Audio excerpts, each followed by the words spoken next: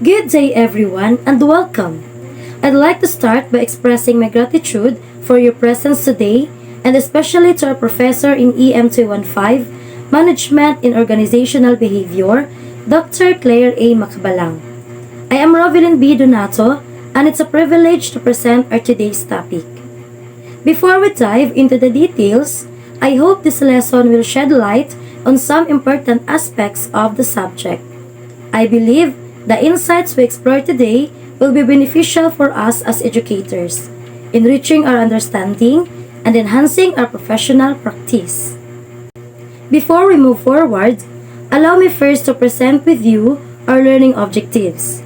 First, to identify key factors and criteria for decision making. Second, to foster transparency and accountability in the decision-making processes. Third, to continuously improve the decision-making processes. Our topic for today is continuation of the topic of Ma'am Almira Mendoza. It's all about leading teams, establishing a clear decision-making processes. Establishing a clear decision-making processes is crucial for effective leadership and organizational success. A well-defined process helps guide individuals through complex decisions, reduces ambiguity, and ensures that decisions are made consistently and thoughtfully. Clear decision-making processes refers to the cognitive process of selecting a course of action or making a choice among various alternatives.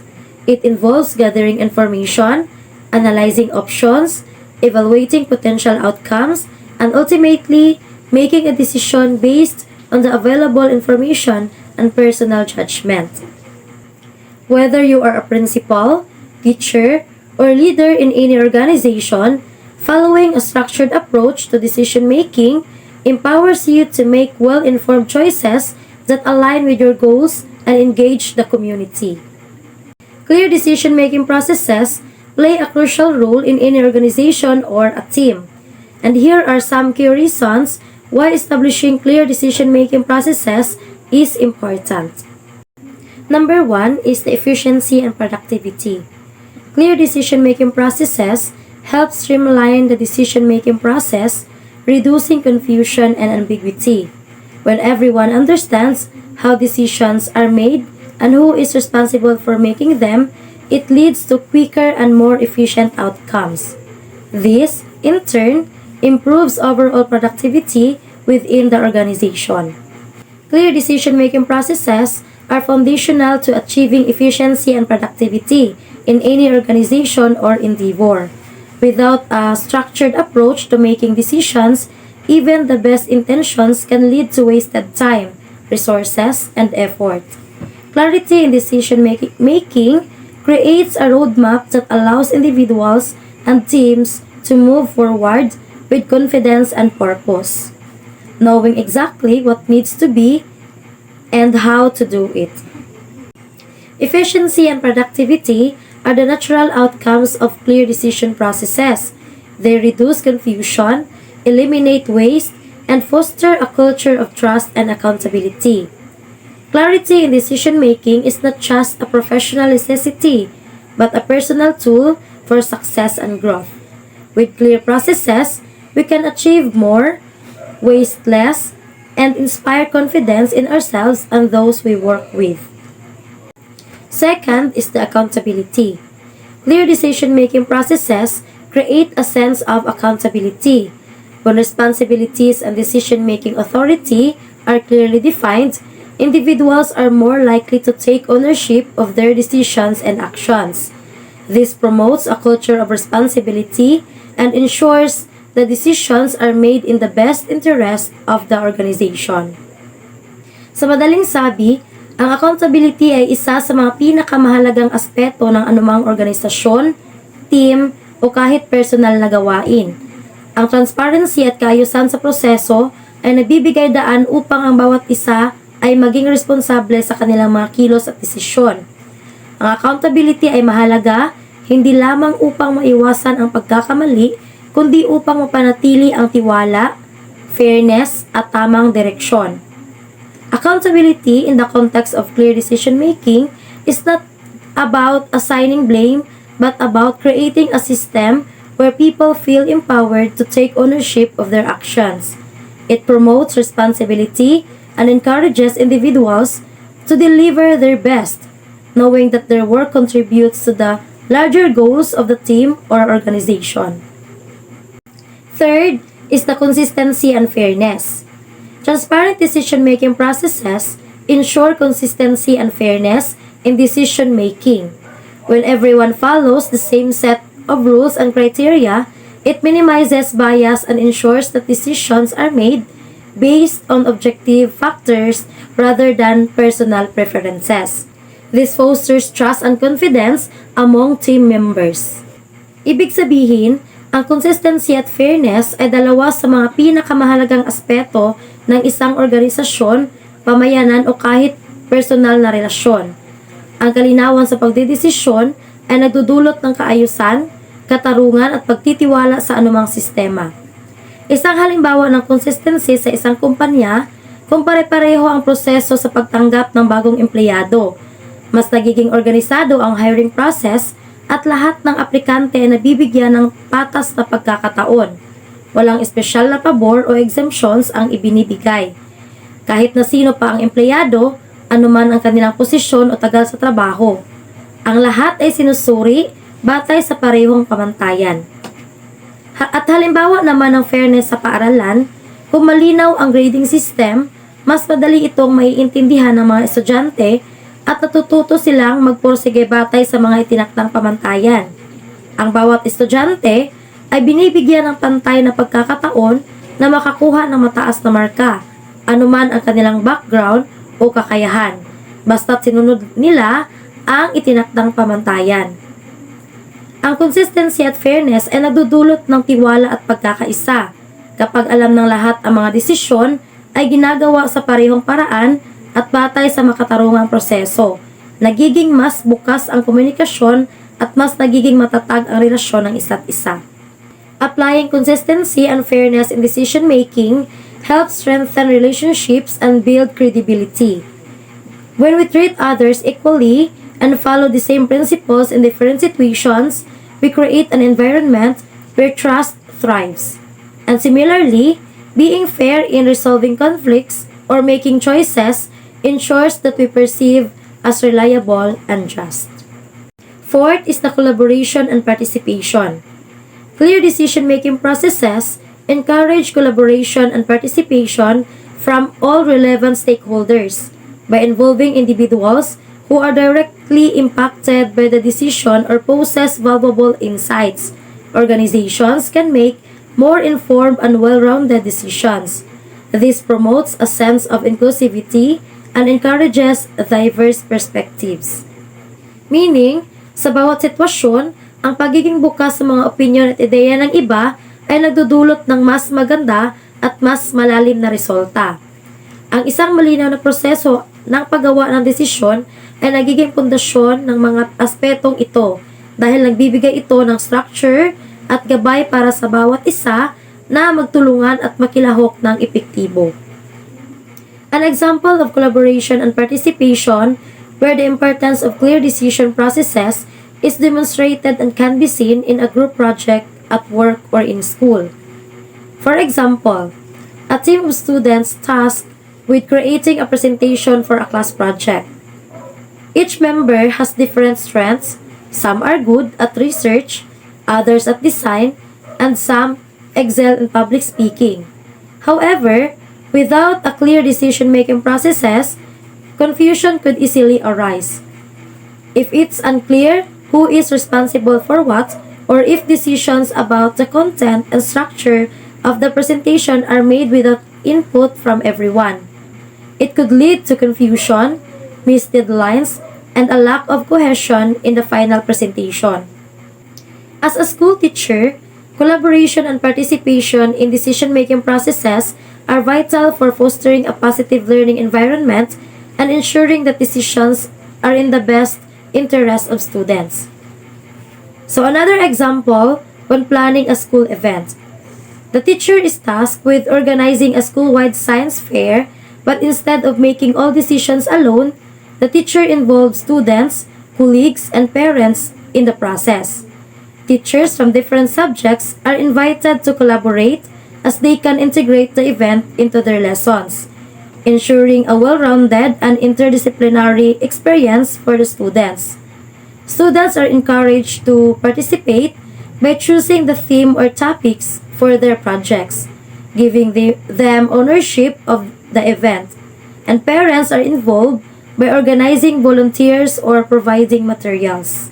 And the possible outcome, the collaboration fosters a sense of shared responsibility, which leads to greater enthusiasm and engagement from everyone involved.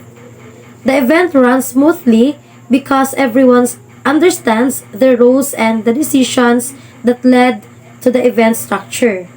Students feel more motivated because they had a say in choosing themes or projects, and the teachers feel empowered because they were part of the planning process, and the parents feel more connected to the school community.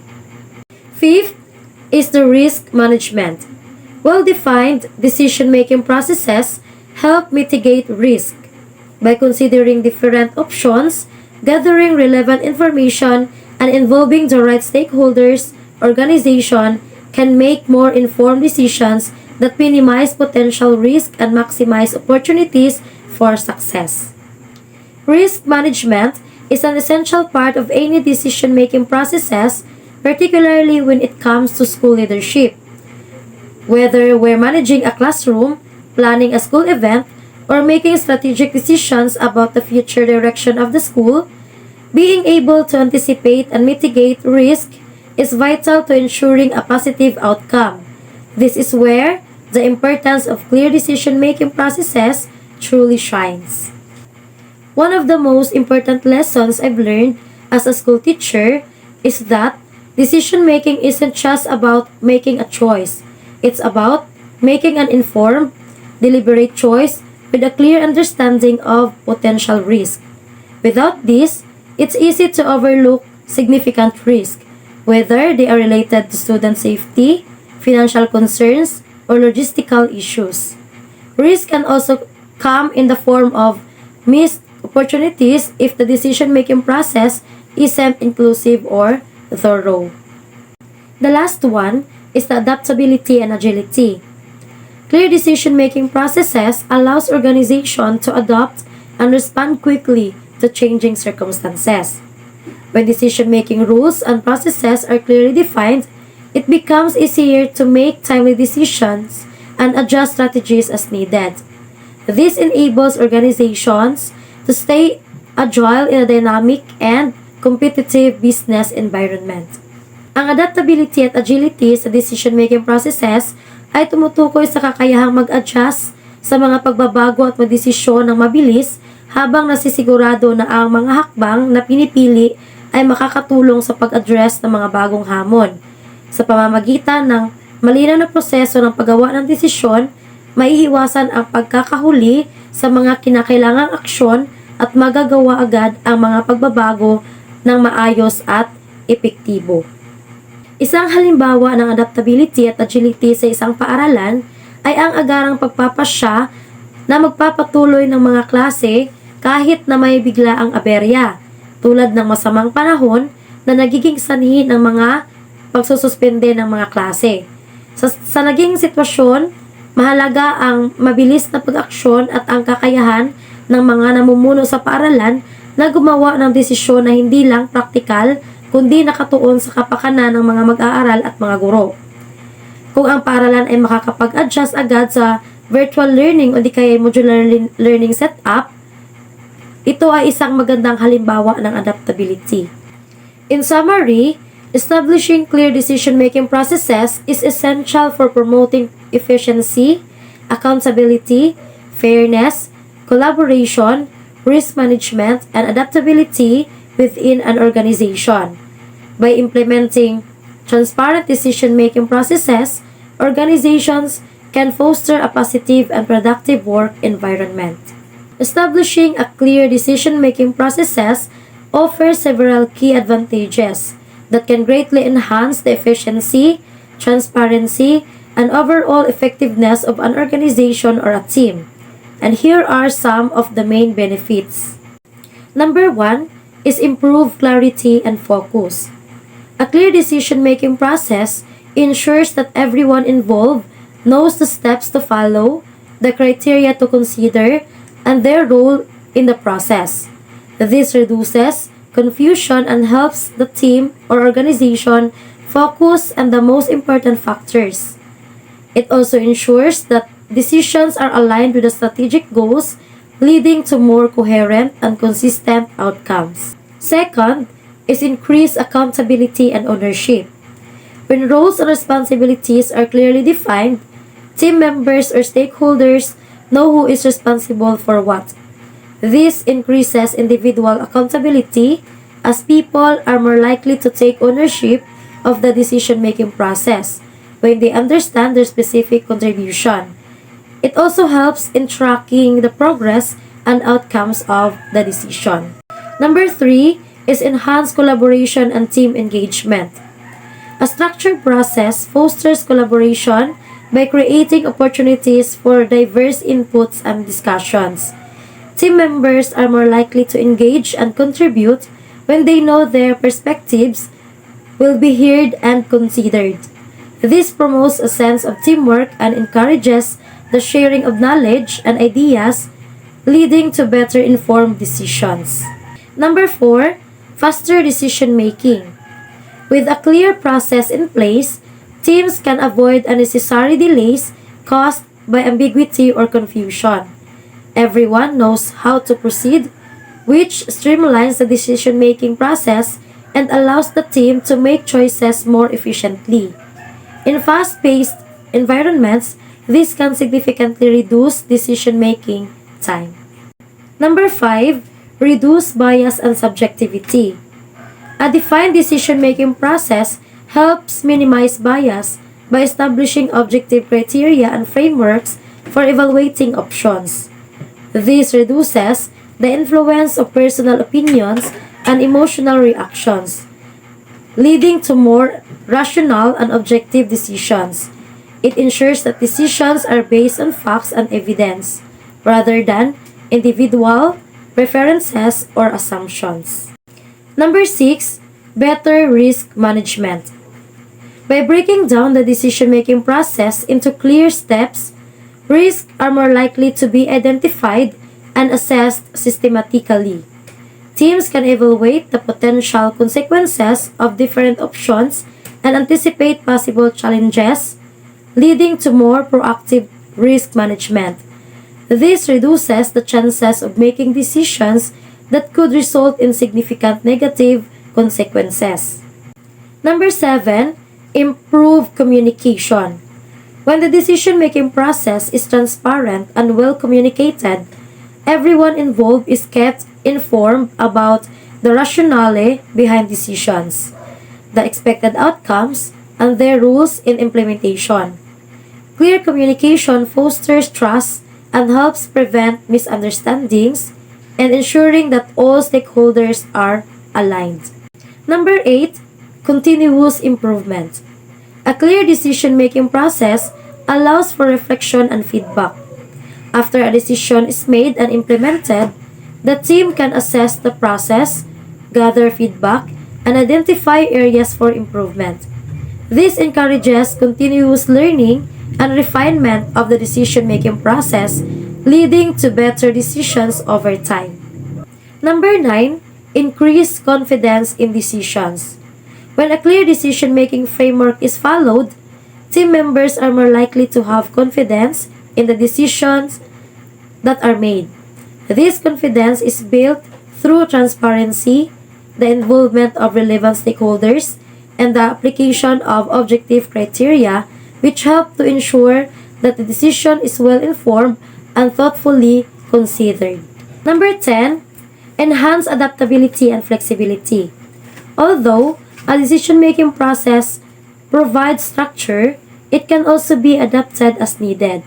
A clear process makes it easier to adjust the approach if new information arises or if circumstances change. This flexibility ensures that teams can pivot quickly when necessary without losing sight of the overarching goals. In conclusion, the key advantages of establishing a clear decision-making process are improved clarity, accountability, collaboration, and efficiency. It reduces uncertainty, encourages active participation from team members, and ensures that decisions are made systematically and in alignment with organizational goals. Here are the different decision-making models or frameworks, along with a brief explanation of each and examples of when they are most appropriate. Number 1 is the rational decision-making model.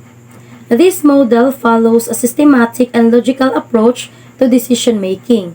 It involves identifying the problem, gathering relevant information, evaluating alternatives, considering the risk and benefits, and selecting the best option based on the objective criteria. The rational decision-making model aims to maximize outcomes by making choices that align with the organization's goals and objectives. The rational decision-making model follows a systematic and logical approach. It involves identifying the problem, gathering information, evaluating alternatives, and selecting the best option based on the objective criteria. This model is suitable when decisions need to be made in a structured and analytical manner, especially when there is ample time and information available. Number 2, bounded rationality model. In contrast to the rational model, the bounded rationality model acknowledges that decision makers often face limitations in terms of time, information, and cognitive capacity. This model emphasizes satisficing, which means selecting the first option that meets the minimum criteria rather than seeking the optimal solution. The bounded rationality model recognizes that decision-making is often influenced by cognitive biases and heuristics. The bounded rationality model, introduced by Herbert Simon, acknowledges that while individuals strive to make rational decisions, their cognitive abilities and available information are limited. It challenges the classical economic theory, which assumes that people always make fully informed and optimal decisions. Instead, it emphasizes that decision makers are constrained by the information they are gathered, their cognitive limitations, and the time available to make decisions. A particular example, when a teacher who is preparing a lesson plan. Then, a teacher wants to create engaging and effective lessons that will help the students to succeed. But there is a limited time, resources, and energy to plan every single detail of each lesson. The teacher doesn't have access to every single educational tool or resources that might be available, and that students' individual learning needs are diverse. In this example, the teacher's decision-making is bounded by the available time, cognitive load, and the resources. The best possible decision within those constraints, acknowledging that while it may not be the most perfectly tailored or optimized approach, it's a reasonable and effective one given the limitations that the teacher faces. Number 3 is the intuitive decision-making model. Intuitive decision-making relies on the decision-maker's instincts, experience, and judgment. It involves quickly assessing the situation, drawing upon past experiences, and making decisions based on intuition. This model is often used in situations where time is limited and there is a high level of uncertainty. Intuitive decision-making can be effective when decision-makers have developed expertise in a particular domain. An example of the intuitive decision-making model, when a teacher adjusts their teaching approach during a lesson based on how they feel the students are engaging with the material. For example, the teacher is teaching a math lesson and notices that the students seem disengaged and restless. Without any specific data or formal feedback like test scores or surveys, the teacher instinctively senses that the lesson might be too difficult or not engaging enough for her students. Drawing on the years of teaching experience, the teacher decides to switch from a lecture-based approach to a more interactive activity, such as a group problem-solving exercise or a game that helps illustrate the concept. So in that situation, the teacher may not consciously analyze every factor or collect data before making this change. So simply relies on intuition shaped by previous experiences where similar behaviors from students indicated a need for a shift in teaching strategy. The teacher gut feelings tells that the change will reignite student interest and help them grasp the lesson better. In this example, the teacher is using intuitive decision making by making a quick instinctual adjustment based on expertise, experience, and ability to read the students' reactions without needing to overanalyze or gather detailed data. Number 4, participatory decision-making model. This model emphasizes involving multiple stakeholders in the decision-making process. It aims to gather diverse perspectives, promote collaboration, and ensure that decisions reflect the interests and concerns of all relevant parties. Participatory decision-making models often involve techniques such as brainstorming, consensus building, and group discussions. An example of the participatory decision-making model could be the process of determining how to allocate the school budget for the upcoming year, especially when there are competing priorities for limited resources. Let's say that the school has a limited budget and there are different areas that need funding. For example, upgrading classroom technology, improving the school sports facilities, and providing more professional development opportunities for teachers. So instead of making the decision unilaterally, the principal decides to involve various stakeholders, teachers, staff, students, and parents in the budgeting process to ensure that the needs of all this group are considered. In this scenario, participatory decision-making enables the school principal to make a more balanced, inclusive, and effective decision regarding the school's budget. The process not only ensures that the most important needs are addressed, but also fosters a collaborative and supportive school environment. Number 5 is the incremental decision-making model. The incremental decision-making model involves making decisions gradually, taking small steps, and adjusting course as new information becomes available. This model recognizes that complex problems often require an interactive approach where decisions are made incrementally based on feedback and learning from previous actions. It is commonly used in situations where the future is uncertain and flexibility is required. For example, a school principal who is looking to improve students' attendance. The school has been facing a steady decline in attendance rates, and the school principal knows the drastic changes may be too overwhelming for both staff and students. Instead of immediately implementing an entirely new attendance policy, the school principal decides to make gradual, incremental changes. In this scenario, incremental decision-making allows the school principal to make progress in improving attendance one small step at a time, while managing risk and ensuring that changes are suitable or sustainable and manageable for the school community. Number 6 is the decision tree analysis. It is a visual representation of decision-making that uses a tree-like structure. It involves mapping out different decision options, potential outcomes, and the probabilities associated with each outcome. Decision tree analysis helps in evaluating the expected value of different choices and identifying the most favorable course of action.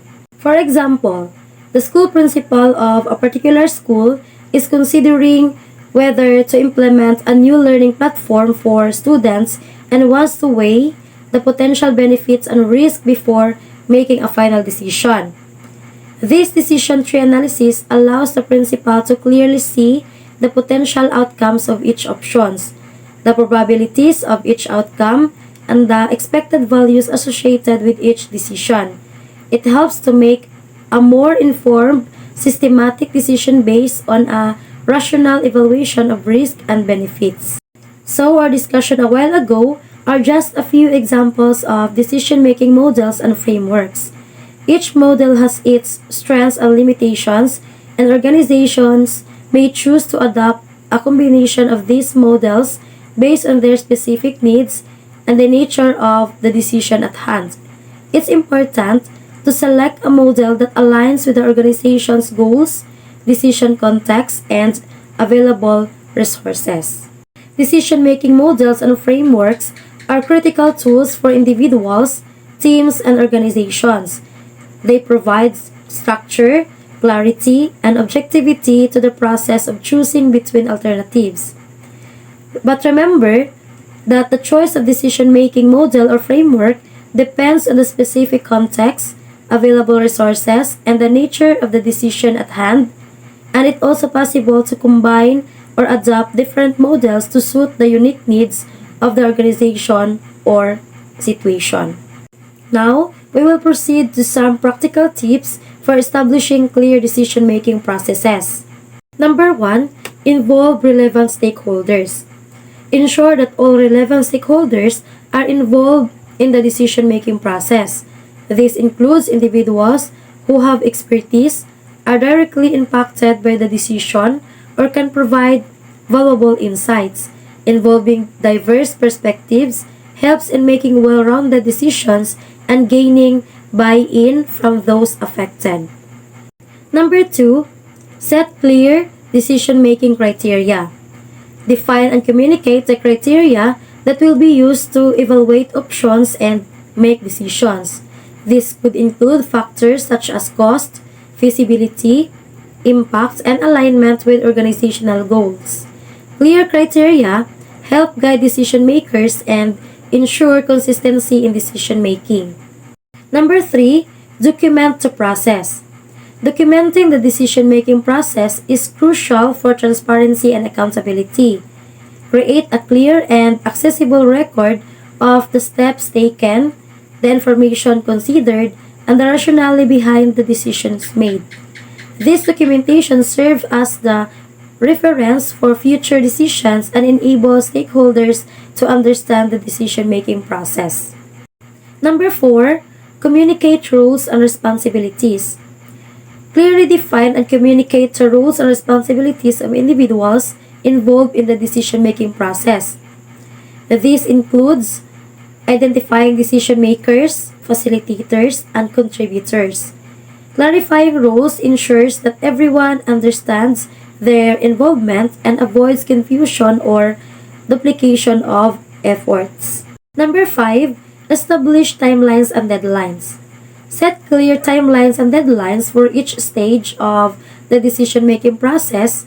This helps maintain momentum and ensures that decisions are made in a timely manner. Communicate these timelines to all stakeholders to manage expectations and keep the process on track. Number 6, encourage open and constructive communication. Foster an environment of open and constructive communication during the decision-making process. Encourage individuals to express their opinions, ask questions, and challenge assumptions. This promotes a culture of collaboration and ensures that all perspectives are considered. And the last one, number 7, evaluate and review the process. Regularly, evaluate and review the decision-making process to identify areas for improvement. Seek feedback from stakeholders and analyze the outcomes of decisions made. Use this feedback to refine the process and make adjustments as necessary. In addition, it's important to tailor these tips and techniques used for establishing clear decision-making processes to your specific context of organization to ensure they are effective. So for example, a school head or a school principal might need a more collaborative approach like participatory decision making when it comes to change the impact the whole school community. So on the other hand, a business leader might use a more structured, data-driven approach like decision tree analysis for decisions with significant financial implications. And finally, adapting and improving decision-making processes over time is important because the needs of the organization can evolve. Regularly seeking feedback, reviewing past decisions, and being flexible enough to refine processes based on a new insights or challenges can lead to be more informed and effective decision making. So, that concludes my presentation. I appreciate your time and participation today. I trust that this report has offered valuable insights and inspired fresh perspectives. If you have any additional questions or wish to explore any aspects further, please don't hesitate to get in touch. Your feedback is invaluable and I look forward to engaging in more discussions with you.